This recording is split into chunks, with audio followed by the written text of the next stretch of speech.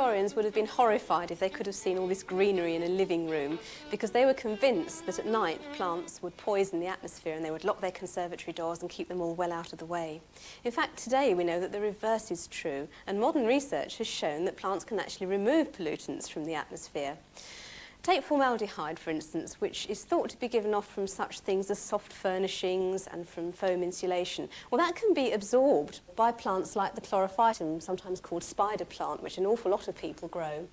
In fact, it's a really easy house plant, and even if you tend to neglect your plants and don't water them for a few days or a few weeks on end, it can tolerate that because it has thick fleshy root systems which can absorb and hold moisture. Certainly don't neglect Nephrolepis, which can also absorb pollutants. This is the ladder or Boston fern, and like all ferns, it needs to be shaded from very hot sun, which can scorch its fronds. And it needs to be kept constantly moist at the roots. Even the slightest bit of drying out will start it off on a nasty spiral of drying out and dying off. Ficus benjamina, the weeping fig, is quite a popular house plant, and lots of people buy quite tall specimens to really make an imposing show of foliage in the house. And for that reason, they put them back onto a wall or in a corner. Now, that's a bad thing for the plant, because in winter, when light levels are low, it tends to lose a lot of leaves from the back. So what you need to do is just move it slightly every day, turning the plant just a few inches so that eventually all sides of the plant reach the light. And that will do it a lot of good. Also, keep the humidity levels up around the plant. And when you water it, make sure that the water goes right the way through to all the roots. And then if there's any left in the saucer at the bottom, throw it away after about half an hour. And water when the surface just begins to dry out so it doesn't get saturated. If you want a flowering houseplant that will do you some good, what about Phalaenopsis, the moth orchid? But really only for people who are already skilled at growing houseplants, because most orchids are quite demanding. They need quite careful watering and also a bit of skill to get them back into flower when the flowers are finished. If you want a plant that acts as both a foliage and a flowering houseplant, the Spathiphyllum or peace lily is a very good choice. The leaves are lovely, and if you have it in a rather shady place in the house, that's all you'll get. A little bit more light, and you should see quite a few of these flowers, which appear sporadically throughout the year, and give it its common name of white sails. Now, this will also absorb trichloroethylene, which can be found in things like paints and glues. But another, even tougher houseplant, foliage houseplant group, are the Dracaenas, which can absorb this. This is Dracaena derramensis, and even tougher still is its close relative Dracaena marginata.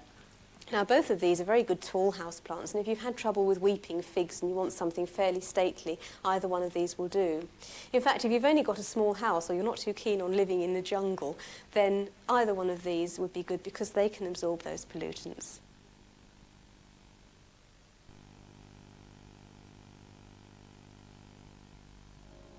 Pot plants can look wonderful, but they must have the right conditions if they're going to stay beautiful. Betty Cliff came to us because her plants weren't looking quite right and she wanted to know where she was going wrong. Well, this plant is supposed to be variegated.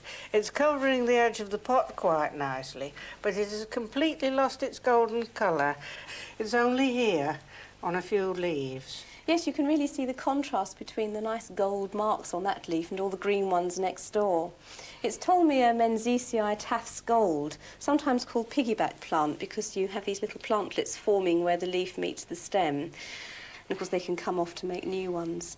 But I think the main problem here is low light. It appears to be quite close to the east-facing window, but you get less and less light as you move into the room. And we can prove this by looking at a light meter, which if I start it off here, registers quite high, but move it into the room, close to the plants, it goes right down, so there's only about a quarter the amount of light here than right in the window. The Tolmia is just a case of the right plant in the wrong place, but poor light isn't Betty's only problem. This mother of thousands has been a disappointment. I was hoping that it would trail over the edge of the basket, but they failed to do that. The polka dot plant is also a disappointment because it's grown too tall and leggy. Only the ivy has really been a success. And that's a shame because this is good light. This is a nice east-facing window where you should get nice quality morning sunshine coming in, which isn't too harsh. And then in the afternoon you don't get any really bright scorching light. It's actually very good light for plants to grow in. But I think if you're going to grow plants like the mother of thousands and the polka dot plant, they almost need constant attention. You've always got to be taking cuttings, cutting them back, taking the little plantlets off and growing them on. And what you might find is that you have to take them out somewhere else while they're actually getting themselves back together again, replace them with something else, and then maybe at a future date you'll be able to use them again. Of course, some houseplant growers would simply throw all these away and say they were past their best. But people like Betty and myself tend to want to put them in the sick bay and nurture them back into health again. This is the only place in the house with really good light, so I've chosen plants which need bright but not direct light to stay happy and healthy. This is going to be the tallest plant in the arrangement, so it will go in first. And I know I'm going to have problems here because I need to get it to sit a little flatter, so I'll have to disturb some of its roots. Because there's nothing more infuriating than ending up with the compost of the pot, the original pot, higher than the rest of the basket. And now I'm going to pick up the sort of reddish colour of the flower here with the dark maroony colour of this Begonia rex to go down by the side of the flamingo flower. I've put a layer of pebbles in the bottom of this basket so that if I put a lot of water in to water them in, it will act as a sort of reservoir to hold any excess moisture. I shall need some plants to trail over the edge, so I've chosen Asiananthus or lipstick vine, which again has this nice maroony colour. Again, gently out of its pot and into the front. And to balance it off, I need another one on the other side.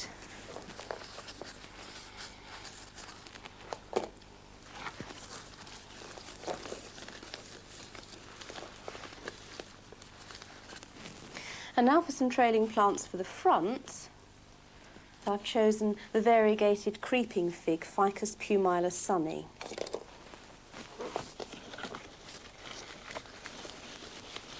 And again, I'll need another one of these just to make sure I've got plenty of cover over the front.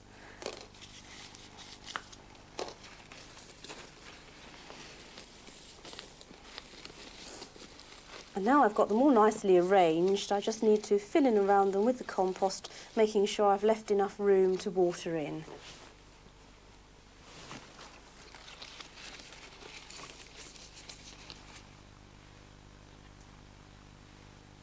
And what's the problem with this plant?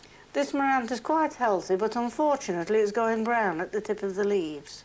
Well, if it's any consolation, my plant at home is doing exactly the same thing, and it's a common response to central heating being on during the winter. In your case, the ducted air, hot air that comes out. But there are solutions to the problem.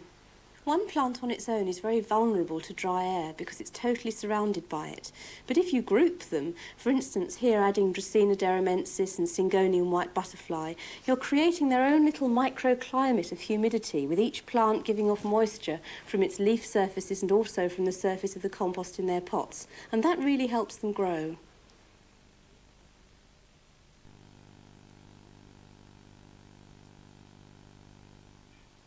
However carefully you grow your houseplants, the chances are you're still going to run into some problems because there are a host of pests and diseases just waiting to attack them. But there is one good thing: the chances are you're never going to see more than one or two at any one time. One pest it's almost impossible to avoid are the red spider mites, but the problem is they're so very tiny that it's difficult to spot them, and what you usually first notice is the damage they've caused. First of all, it's a yellow flecking on the surface of the leaf, and you may not even notice that initially, but quite quickly the leaves go a nasty yellowy brown colour, shrivel up and start to die off. You really need a magnifying glass to actually see the mites, and they're on the undersurface of the leaf. And the strange thing is, despite their name of red spider mite, they're not red at all until the winter. For most of the year they're a yellowish green colour with two distinct spots. They feed by sucking the plant's sap, and that's why the leaves go yellow, and they multiply up very, very rapidly, particularly in the hot, dry conditions that you tend to have inside your house. Well, what should you do if you discover you've got red spider mite? Well, frankly, if your plant's gone as far as this one, there's no other place for it than the dustbin, because it really isn't worth keeping, and the chances are it will never survive. But there's a lot you can do to prevent the problem, and that's really the secret. It's worth remembering that red spider mite really hate getting wet feet, so if you can increase the humidity and moisture around the leaves, you're unlikely to get too bad a problem in the first place. So putting the plant on a pebble tray is a good idea, or even just regularly misting it with plain water as you pass by. Both those things will help. But if you do catch an infestation a bit earlier on, again there's a lot you can do. There are plenty of insecticides on the market which you can treat most houseplants with. But just a word of warning, you need to check the label very, very carefully on the product that you use, because some houseplants are quite sensitive to many of the common insecticides, and it will state that on the label, so always check first. And unfortunately, there are now quite a lot of red spider mite that are resistant to the commonly used pesticide, so even if you do spray, and exactly according to the instructions, it still won't necessarily work. At first sight, these orchids look perfectly healthy, and the flowers are certainly really gorgeous, but take a look on the leaves, and they're heavily infested with a scale insect on both sides of the leaf, particularly underneath. They're clustered together, and although these are a lot easier to spot, they're also difficult to control, because each one of these shell-like things is a waxy covering which protects the insect underneath, so when you spray, the spray tends to run straight off. The only real solution is to use an insecticide.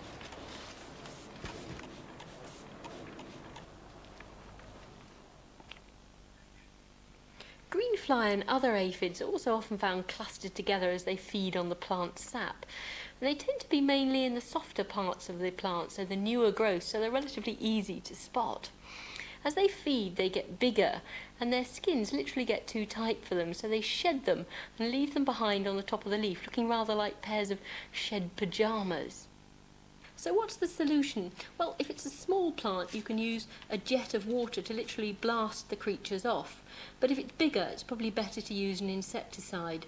But you'll find that even when the aphids have gone, you've still got yourself left with the sticky honeydew and the black sooty mould. Then the simple answer is to get a sponge and some warm, soapy water and literally wipe the leaves clean. Mealybugs are even easier to see. Each one looks rather like a miniature woodlouse in a sort of pale greyish white, sometimes slightly pink colour. They are sometimes found individually like this, but more often they cluster together on the stems or in out-of-the-way places where they're hard to spot, and they make what looks almost like a patch of white, fluffy fungal growth. The problem is that's actually a white wool which is made out of wax, and they excrete it themselves, and that makes them very, very difficult to treat, because of course as soon as you put a spray on, the waxy coating means that it rolls straight off. So you've got two options: either you try and spray, but as I've said, that's pretty difficult, or if you've got the patience, you can actually go round a plant like this and literally pick off the individual colonies, but you'll have to do it several times if you want to clear up the problem. Most of the problems you see on your houseplants are caused by pests, but there's one disease which is very common, grey mould or botrytis. It usually gets into plants where they've been damaged, so if a leaf has been broken off or the stem is injured in some way, and in no time at all everything goes soft and gungy and brown, and then gets covered in thick layers of fuzzy fungal growth which are just packed full of spores, so they waft off in clouds as soon as the plant's disturbed. If you do see this, there's only one thing to do. Get yourself a pair of scissors or a sharp knife and clean the whole of the plant up, snipping out everything which is damaged, whether or not the spores are showing yet. If you want, you can also spray with a suitable fungicide. Try and choose one which is a systemic one, so it will get throughout the whole plant.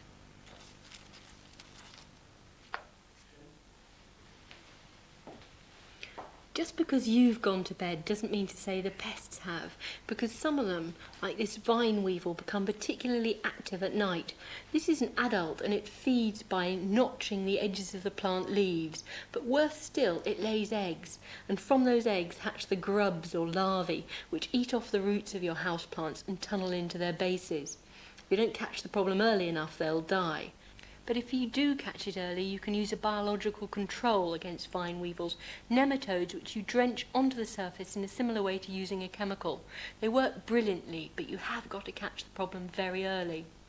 And remember, if you're using any chemicals on your houseplant, always read the label really carefully to make sure that the chemical suits the plant and won't damage it in any way. And of course, you only want to apply chemicals outside, not in the house. And finally, don't do it at night. It's best wait till the morning.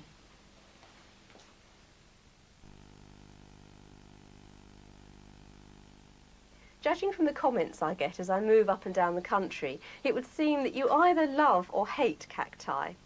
I think it's a great pity if you don't like them because they're a fascinating group of plants. And I'm sure the only reason you don't like them is because they have a reputation for being boring. Now, I don't think these are boring at all. There's a great range of different shapes and sizes and colours, lots of different coloured flowers, often on very tiny plants.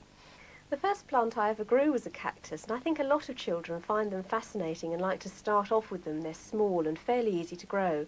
But as you tend to get older, you look at cacti and think, well, they come from deserts, they're well able to take care of themselves, and you start neglecting them. And that's the slippery slope to beginning to think they're boring, because if you neglect them, they won't grow properly and they rarely flower. So between really March and October, you've got to water them much as any other plant. You maybe let them get a little bit drier on the surface between waterings, but otherwise it's important to make sure they do get plenty. And a plant like this in a very large pot, this is Mammillaria bombicina, which is going to grow and spread right over this, will need quite a lot of water in one go. Then you let it dry out again before watering once more. It helps to feed them occasionally with a special cactus fertiliser like this one, which doesn't have very much nitrogen in it. And also, don't let them get too pot-bound. Watch for the cacti growing out towards the pot, and when they get to about this stage, before they reach the edge of the pot, using a piece of newspaper to make a collar around the prickly body of the plant so you protect your fingers. Just ease it out of the pot, and you'll see, in fact, that the roots are quite well formed there. Now, you'll need a special cactus compost with plenty of grit in for good drainage. Just place some in the bottom. Make sure, I just have to readjust this newspaper, that the plant is at the right height in there, and then feed in around. It's quite a tricky job, pushing down very gently.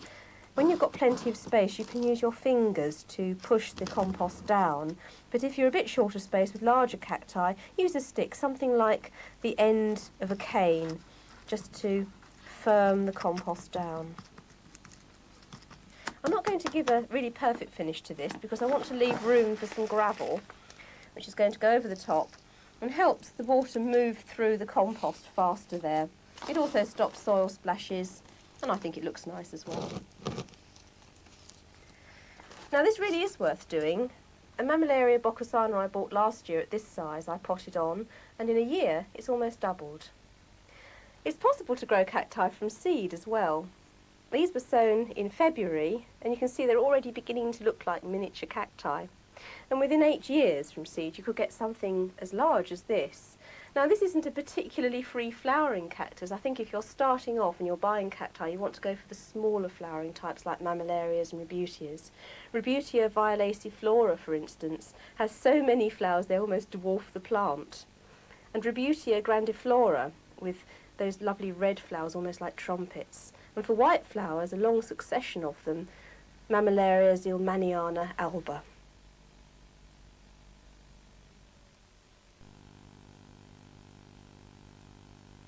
So you've just moved into your brand new house. You've decorated, you've got your furniture in and a few bits and pieces.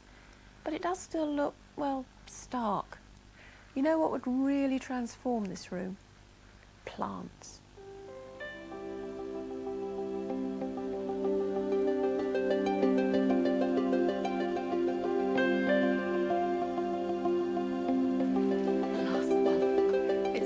Wonderful. You've obviously done this once or twice before.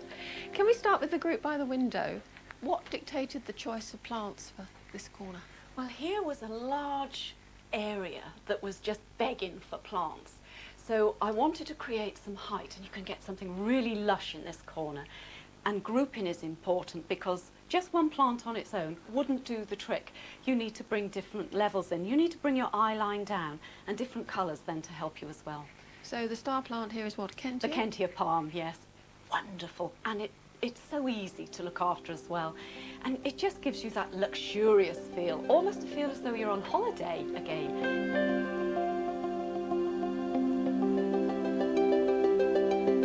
These are from the bromeliad family, and because it's a plant with a colour and not a flowering plant, you'll have that colour all of the time, so your group never changes.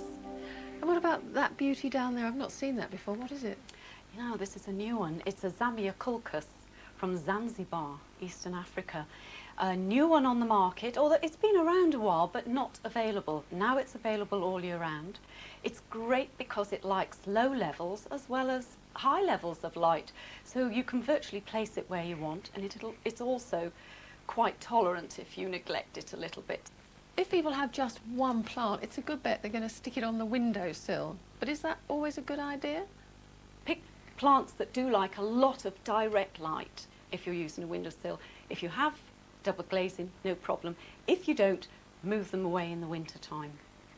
You've chosen mind your own business. Yes, I know. Something people would think of as a houseplant, but it looks very good. It's lovely, and what we've done is chosen one plant but two different varieties so that you get impact with the colour, and I just love the lime green, and it likes a lot of light and a lot of water, and it loves a good misting. With the grouping of the plants as well, you must always consider, do those plants need high humidity or not, and be careful in your choice there, because if one needs mist and the other doesn't, then you will have to go to the bother of moving it out. Containers are very important for your finished look, and here we've got a nice trough that actually blends in and complements the furnishings with the colour that you have.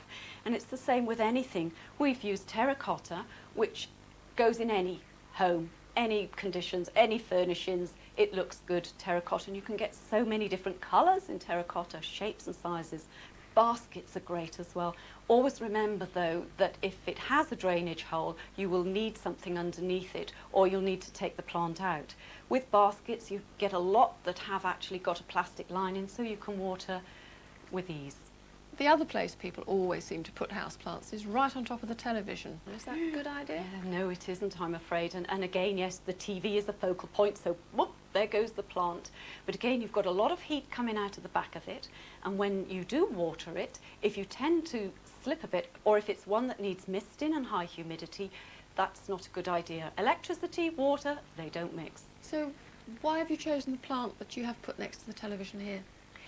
Basically because it's a trailing type of plant that will give you a nice flow next to the television. The television is quite a dark colour, so you want to lift that little spot. So I've used a variegated one. It's a very, very creamy variegated plant. Oh, that's fun. A little collection of cacti on the windowsill. Sweet, aren't they? So many different shapes and sizes of cacti. With little groups, you can make a real feature on a windowsill. And they're great to get kids interested in growing plants as well. They love little them. pots you've chosen. They're very sweet little plastic pots, and they fitted perfectly. Just very lucky. And the shells are a nice touch. Yes, it just gives it a little bit more of a feature. You can use pebbles or bits of bark, anything to brighten up the room. I suppose one windowsill where you really do appreciate plants is the one over the kitchen sink, because you spend so much time standing at it. Indeed. The heart of the home, the kitchen. And of course, this one has got a wonderful sunny windowsill. Some don't, so you have to plan your plants as per your light requirements. So we have here some succulents and some codiaeum, which can take a really nice lot of sun and enjoy it. Of course, we've got these dwarf helianthus, or sunflowers. They bring so much cheeriness into our lives. They're wonderful. Not forgetting gerbera. They're very bright lovely. and cheery. Well, should we do a swap, see what they look like in situ? Instant change coming up. Wonderful colour these, Aren't they? Beautiful. Is that central? Looks good. And the lovely thing about gerbera is they come in so many different colours, varieties, shapes. Get the black eyes to give you, quite a vibrant flower. And this is a new one. It looks as though somebody's taken some scissors to it, which is rather sweet. And obviously likes lots of sun. Very much so. Transvaal daisy is the common name, so it's used to being out in the sun in South Africa.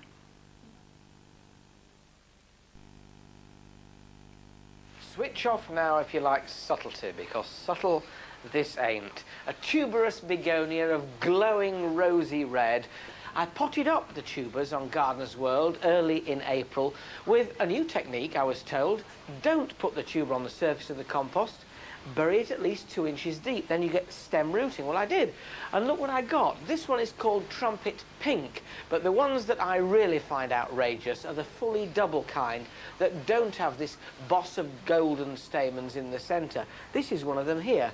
But what it does have, on either side of that fat male flower, is 2 female flowers, and to make that male as big, as bold and as brassy as possible, those 2 females need to be pinched off.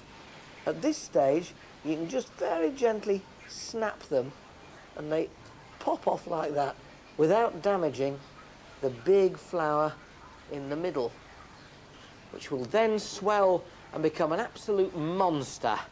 Now, the secret of success with these, apart from planting those tubers deeper, as I was told, it seems to have worked, is to give them a really big pot. This is monstrous. I keep it well moist at all times, never letting it dry out, because that's when you get bud drop.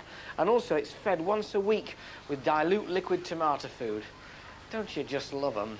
Something much daintier is this beauty.